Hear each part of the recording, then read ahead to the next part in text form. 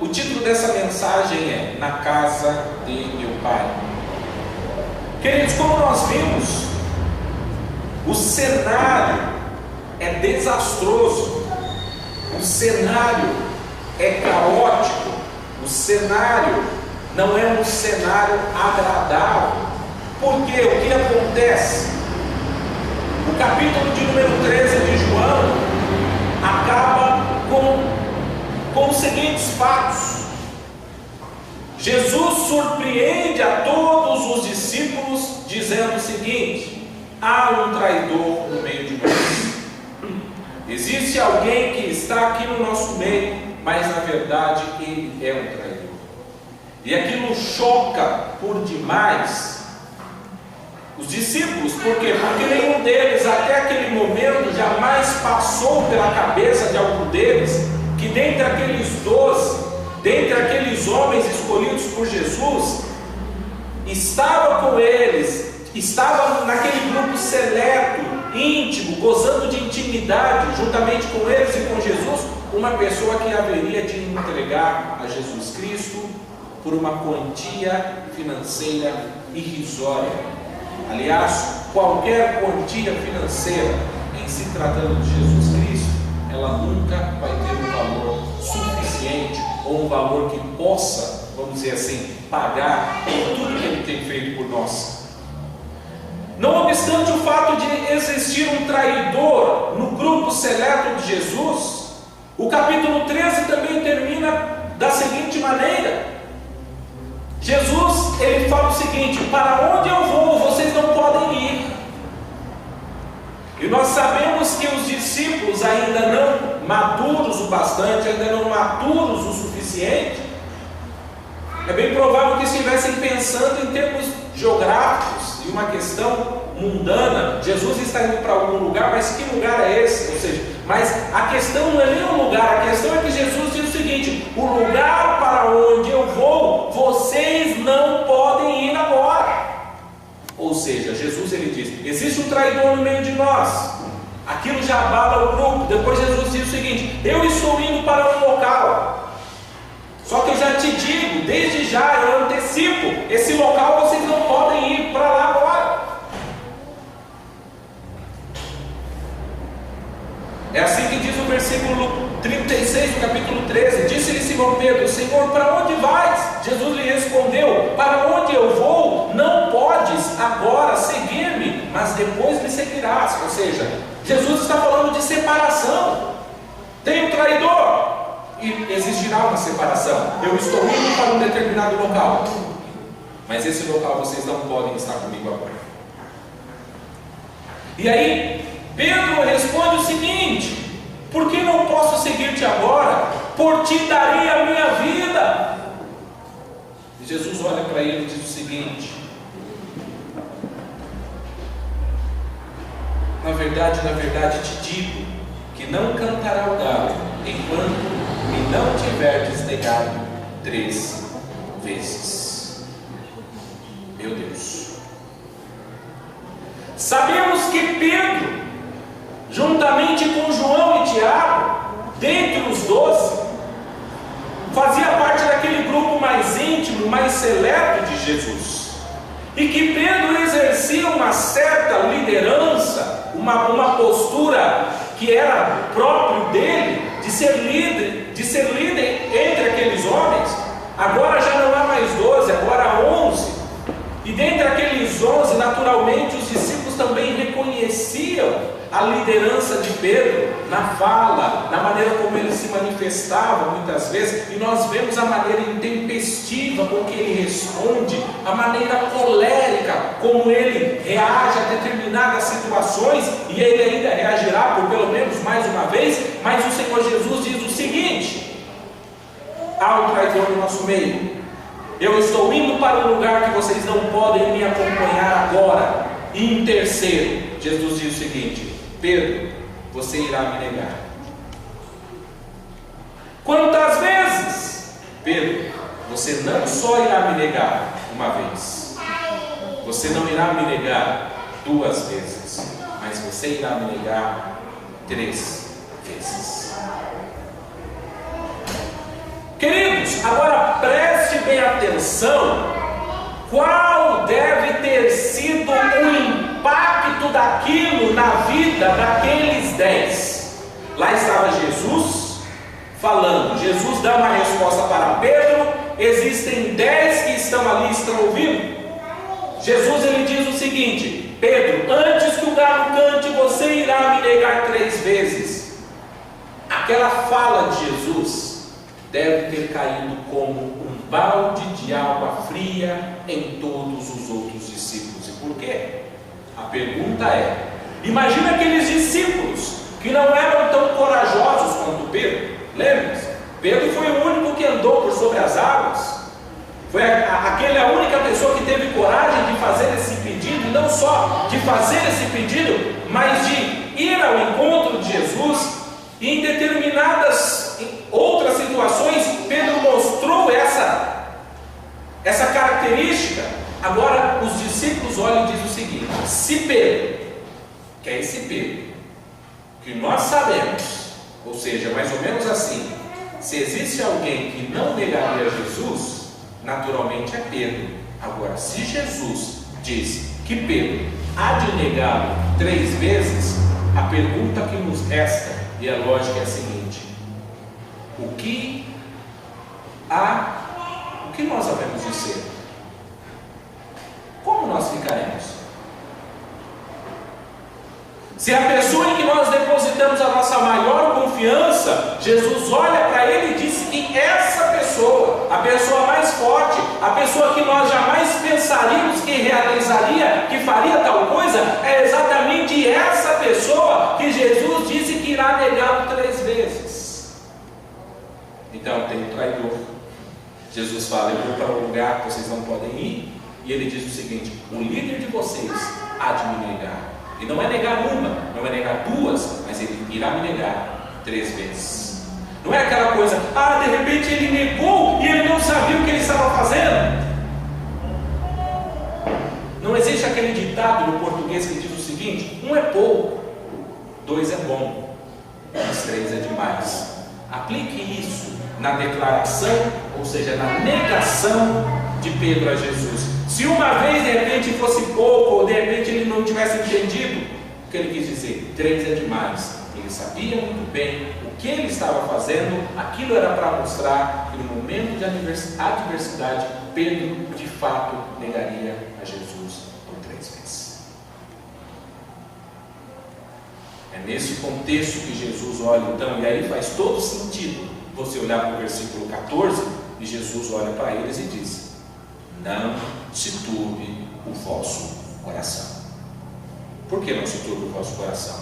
É lógico que é natural, e qualquer um de nós, na situação deles, estaríamos preocupados, estaríamos com os nossos corações turbados. Por quê? Porque no grupo que estava sendo ensinado por Jesus, por um período de aproximadamente 3 anos ou 3 anos e meio, existia um traidor. Não bastasse isso, Jesus fala que vai para um lugar que eles não podem ir, e Jesus ainda fala que o líder que ficou irá traí-lo 3 vezes. Meus amados irmãos, eu tento imaginar e visualizar a cena, o olhar daqueles discípulos para Jesus, e é bem provável que Jesus, olhando para o semblante daqueles discípulos cabisbaixos, de repente sem saber para onde olhar, demonstrando já, até mesmo, sabe, pela sua feição, que a coisa não estava bem. Mas o que eu quero dizer, é provável que isso tenha acontecido, mas ainda que isso não tivesse acontecido, nós sabemos o quê? Nós sabemos que o Senhor Jesus, Ele conhece o coração de todas as pessoas.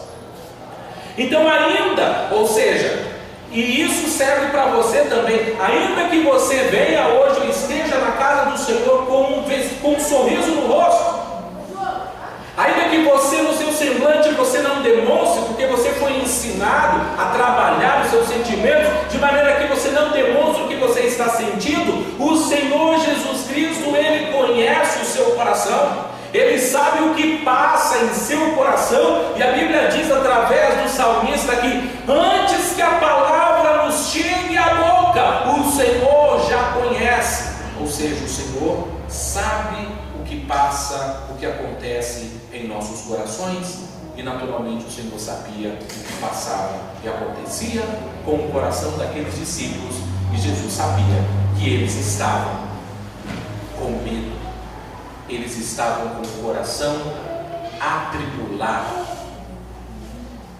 Por quê? A situação levava a isso. Então Jesus olha para eles e diz o seguinte: não se turbe o vosso coração.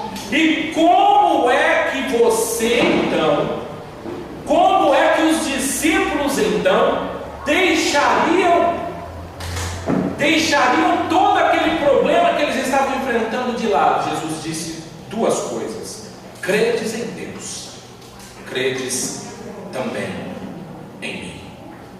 Ele disse: a única forma que irá fazer com que você não fique com o seu coração atribulado, a única maneira que o seu coração não fique turbado, a única maneira que você não será abalado é esta: deposite a sua fé em Deus, deposite a sua fé em mim, creia em Deus, creia em mim. Sabe o que ele quer dizer com isso, meus amados irmãos?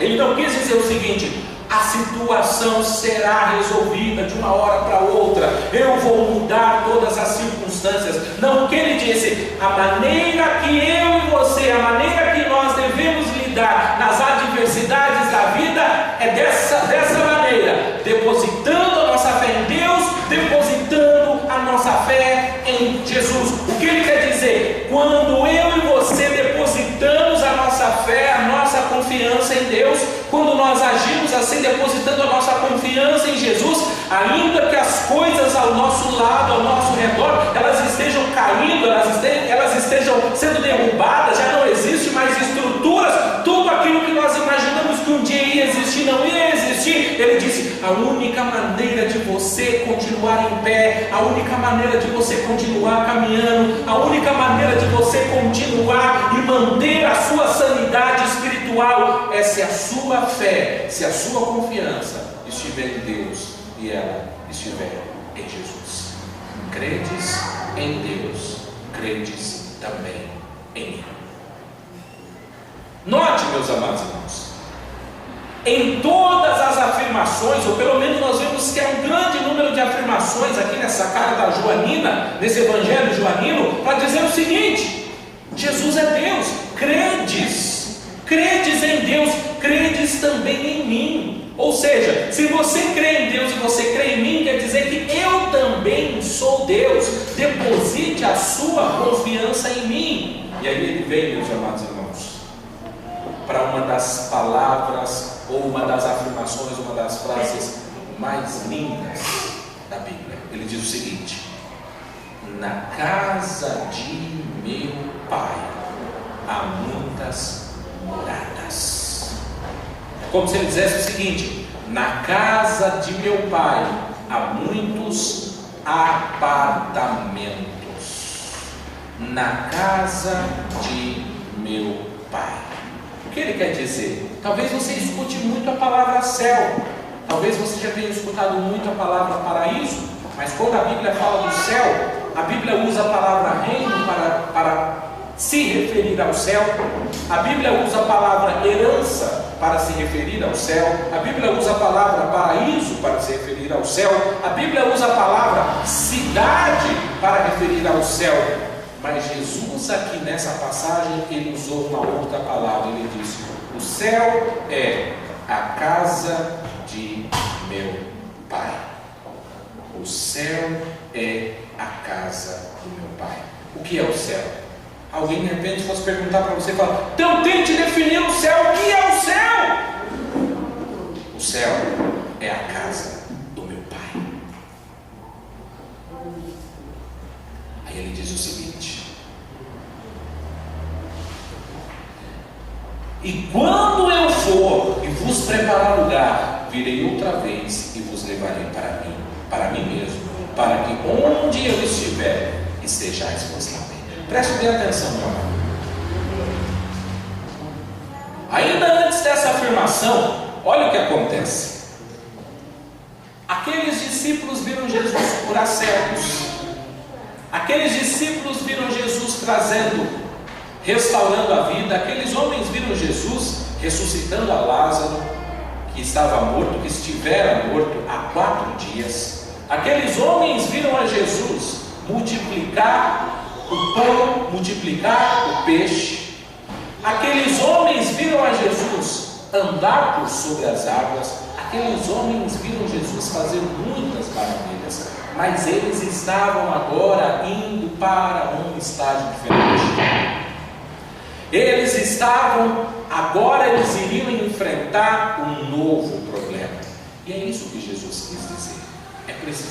É preciso ter fé. Por quê, meus amados irmãos?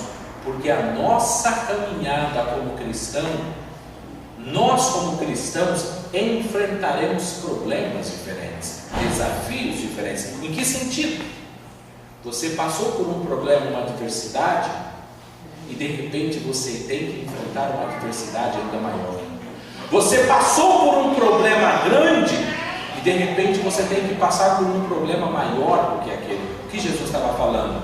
Na nossa caminhada como cristãos, nós enfrentaremos problemas de várias ordens.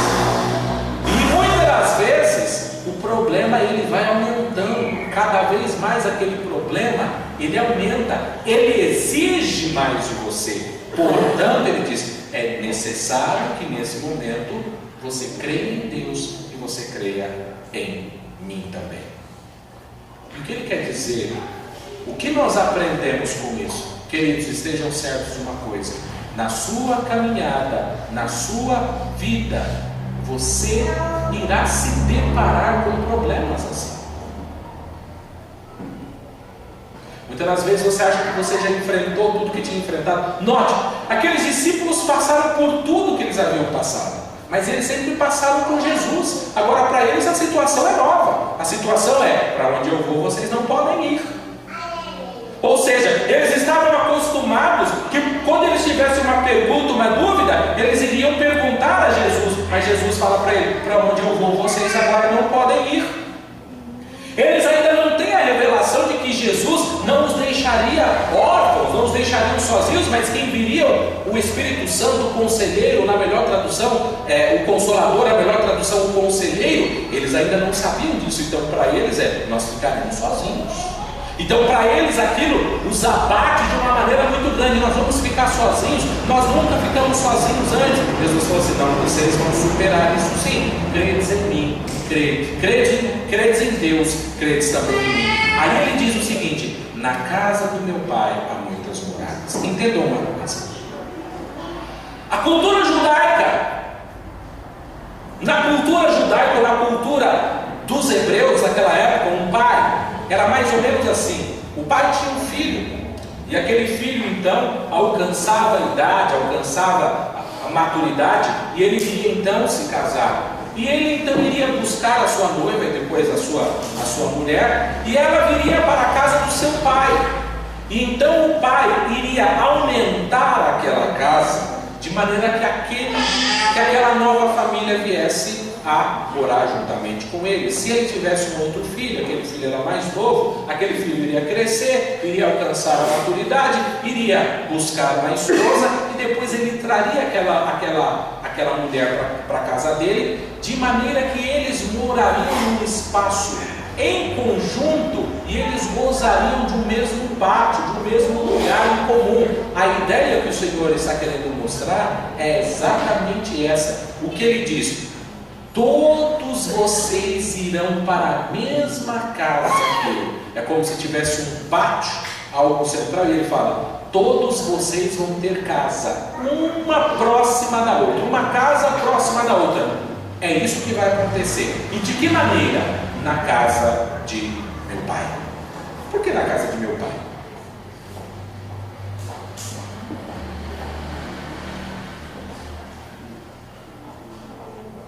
Quando você visita uma pessoa, de repente você não tem tanta intimidade com aquela pessoa, você vai até a casa de uma pessoa. Quando você chega lá, você costuma tirar o sapato e colocar o pé em cima do sofá?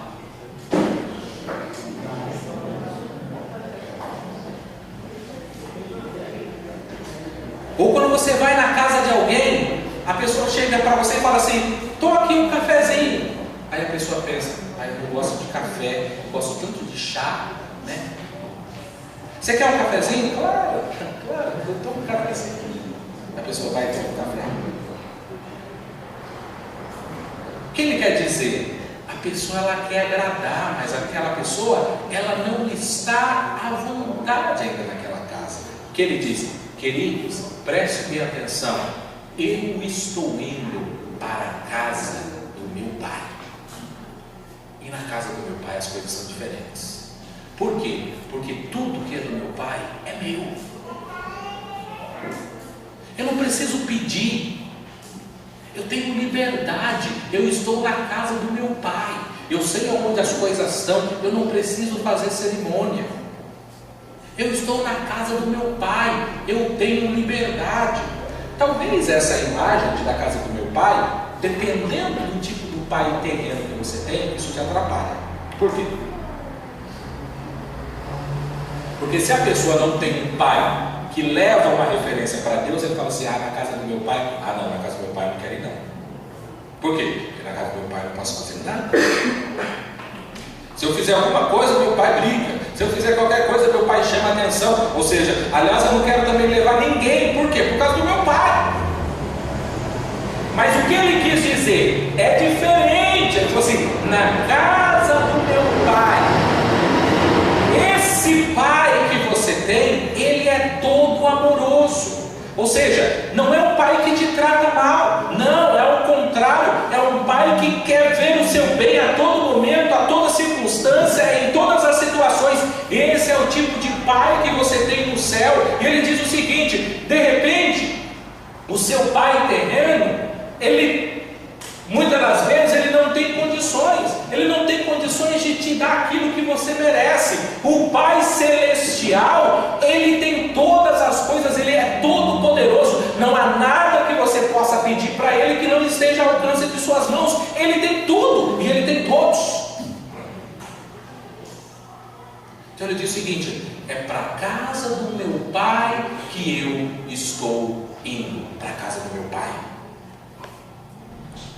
E ele diz o seguinte: só que eu não vou lá para ficar sozinho. Eu estou indo para preparar um lugar para cada um de vocês, para que nesse mesmo lugar onde eu estiver, todos vocês possam estar também. Aonde eu quero que vocês estejam? Na casa de meu pai. Queridos, por que Jesus quer que nós estejamos na casa do pai? Sabe por quê? Porque aqui não é a nossa casa. Ponto.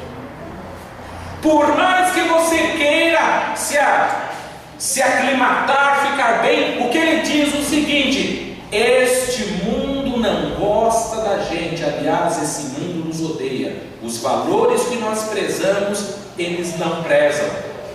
A moral que nós queremos que as pessoas tenham, eles não querem ter. O respeito que nós temos e desenvolvemos para com o ser humano, eles não têm. O carinho, o afeto que a Bíblia pede para que nós tenhamos para com o nosso próximo, eles não têm. Ele disse: aqui não é a sua casa. E saiba de uma coisa, meu amado irmão: a terra não é a nossa casa. Esse lugar não é o nosso lugar. Ele disse: você deve dar a outra face. Aqui as pessoas não são ensinadas a dar a outra face. Aqui as pessoas são ensinadas a bater de um lado da sua face e do outro. Não dar a face, mas bater dos dois lados da sua face. A Bíblia nos ensina a perdoar o nosso irmão. Esse mundo não tem por característica perdoar o seu irmão. Esse mundo tem por característica crucificar o seu irmão. A Bíblia pede para que nós amemos uns aos outros. As pessoas não estão amando uns aos outros. A Bíblia diz pede para que nós amemos o Senhor de todo o nosso entendimento, de todo o nosso coração, com toda a nossa alma, e que nós devamos buscar a Deus acima e primeiro, antes de todas as coisas. Não é isso que acontece. As pessoas fazem tudo, elas estudam, elas trabalham, elas namoram, elas colocam tudo em primeiro, e se sobrar um tempo, uma oportunidade, naquele dia que ele não tem compromisso, é aquele dia que ele vai vir para a igreja. Porque Deus não está em primeiro lugar.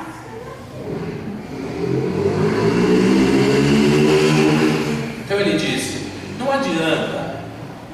será preciso que um dia nós saiamos desse lugar e nós cheguemos num lugar onde de fato as pessoas vivam o amor, as pessoas andem no amor, as pessoas sejam amorosas. Mas onde é isso? Não, na casa do meu pai. É só na casa do meu pai. Porque ele diz: aonde eu estiver, eu quero que vocês estejam. E ele diz o seguinte, versículo 4: mesmo vós sabeis para onde eu vou e conheceis o caminho. Aí Tomé diz o seguinte para ele, versículo 5: Senhor, nós não sabemos para onde vais, e como podemos saber o caminho? A pergunta de Tomé é lógica, né? Senhor, se eu não sei para onde o Senhor vai, ou seja, se eu não sei o seu destino, como é que eu vou saber como chegar lá? Se eu sequer sei o destino, não sei para onde o Senhor vai, como é que eu sei o caminho? E aí Jesus diz o seguinte: eu sou o caminho e a verdade e a vida. Ninguém vem ao Pai senão por mim. Essa afirmação, quer dizer, é uma afirmação muito bonita, muito forte. Jesus diz o seguinte: eu sou o caminho. E eu não canso de repetir isso para quem quiser ouvir.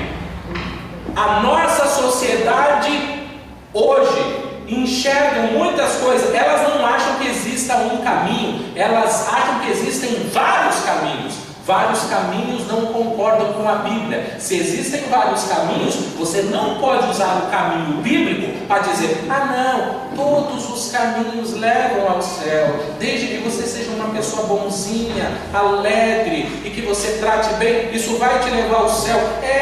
Não importa a sua religião, não importa para onde você vai, todos os caminhos. Mentira, não é isso que a Bíblia diz. A Bíblia diz o seguinte: eu sou o caminho.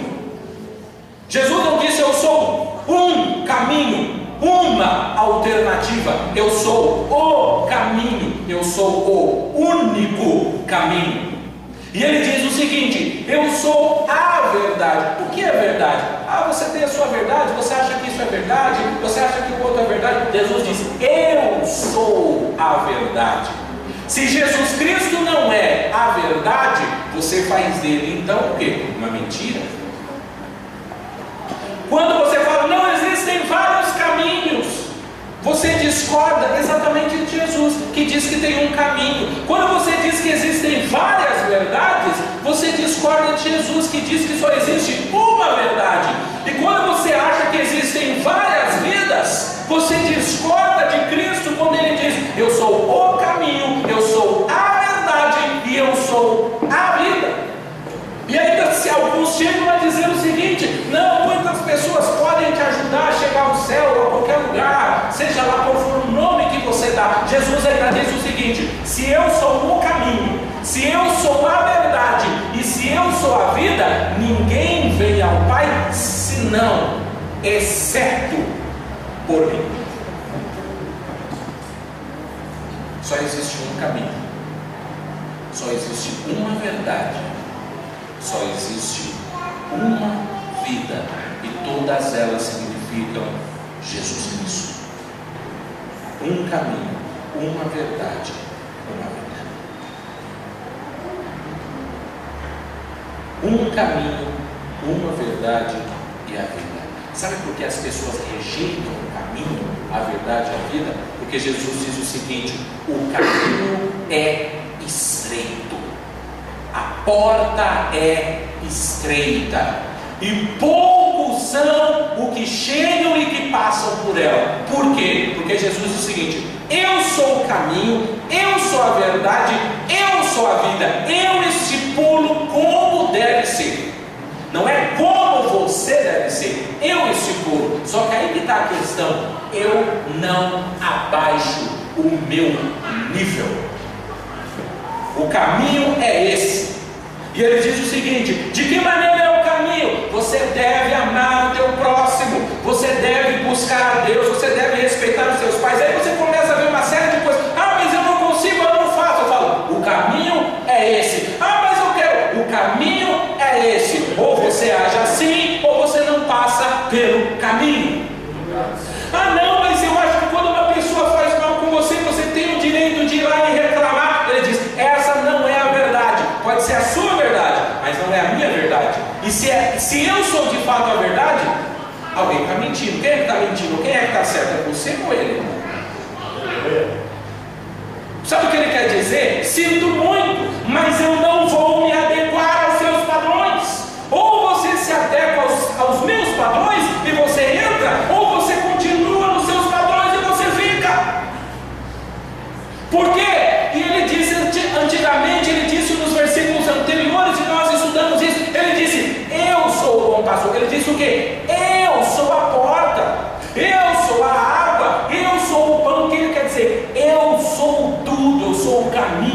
sou a verdade, eu sou a vida, eu sou tudo que você precisa. Você não precisa de mais ninguém. Tudo que você precisa é só de mim, porque dele, por ele e para ele são todas as coisas. Glória, pois eternamente a ele. Amém. O que ele está querendo dizer em outras palavras? Eu estou só parafraseando o que eu disse antes. Credes em Deus, credes em mim. Por quê? Porque eu sou o caminho, eu sou a verdade, eu sou a vida. E não existe salvação em outra pessoa. 1 Timóteo capítulo 2,5. Porque há um só Deus, e um só Senhor, e um só mediador entre Deus e os homens. Quem é? Jesus Cristo. Você quer chegar lá? Jesus Cristo. Você quer entrar? Jesus Cristo. Você quer bênção? Jesus Cristo. Você quer perdão? Jesus Cristo. Você quer vitória? Jesus Cristo. Tudo o que você quiser e você precisar, a resposta é uma só: Jesus Cristo. É isso que Jesus está ensinando para os discípulos. O que ele diz é o seguinte: discípulos, eu sei que vocês estão indo para uma nova fase, para uma nova empreitada, mas eu quero que vocês saibam e aprendam uma coisa: vocês precisam de mim e vocês precisam depositar a sua fé em mim. E eu quero concluir, meus amados irmãos, fazendo a leitura do que o Pedro, depois o Pedro que falhou, né? Como nós muitas vezes falhamos. Agora Pedro, depois já da morte, da ressurreição e da ascensão de Jesus Cristo, no capítulo 4 de Atos, Pedro, ele tem um versículo que resume muito o que Jesus falou para ele naquele dia. É como se Pedro, e é bem provável que isso tenha acontecido, que Pedro se lembrou do último momento, lembrando que nós estamos na quinta-feira, né? Jesus está no capítulo 14, na quinta-feira, ou seja, há poucas horas, ele está prestes a morrer. No capítulo 4 de Atos, no versículo 12, Pedro, pregando no Sinédrio, ele diz essas palavras: e em nenhum outro há salvação, porque também debaixo do céu nenhum outro nome há dado entre os homens pelo qual nós devemos ser salvos. E em nenhum outro há salvação. Mas não tem. Por quê? Porque ele é o caminho, ele é a verdade, ele é a vida. Mas eu acho, não, só existe um caminho, ele, nenhum outro. E é exatamente isso que Pedro disse: e em nenhum outro há salvação. Nenhum outro. O pastor não tem. O bispo não tem. Aquele não tem. O santo A não é. O santo B não tem. Em nenhum outro há salvação, porque também debaixo do céu nenhum outro nome há dado entre os homens. Que nome de homem eu posso ter salvação? Nenhum nome há dentre os homens, a não ser o qual? O de Jesus, pelo qual nós devemos ser salvos. Essa é a diferença entre ser Deus, entre ser Criador e ser criatura. Não dá jamais para igualar criatura com Criador. Existem pessoas, infelizmente, que dizem o seguinte: não, busque, fale com tal pessoa que ele vai te mediar, que ele vai fazer chegar a Deus. Ele disse: ele é a verdade. Se na verdade ele diz que ele é o caminho, a verdade e a vida, e que nenhum outro há salvação, por que as pessoas insistem em dizer que há salvação no outro? E o pior, ainda muitas das vezes querem fazer uso da Bíblia, ou seja, se contradizendo. Mas ele disse o seguinte: na casa de meu pai há muitas moradas. Queridos, que você fique com essa reflexão, com essa meditação, sabendo: em nenhum outro há salvação. Jesus Cristo é o caminho, Jesus Cristo é a verdade, Jesus Cristo é a vida. E o que ele quer dizer? Ele está te levando, ele está te conduzindo, não é para um lugar abstrato que de repente você não consegue nem imaginar. Ele diz o seguinte: eu estou te levando para casa. Se você está indo para lá, é porque ele não é apenas o meu pai, mas ele também é o seu pai. E na casa do seu pai Você tem liberdade, você tem amor, você tem afeto, você tem carinho, você tem tudo o que você precisa. Mas para isso, precisamos estar no caminho, na verdade e na vida. Curva a tua cabeça.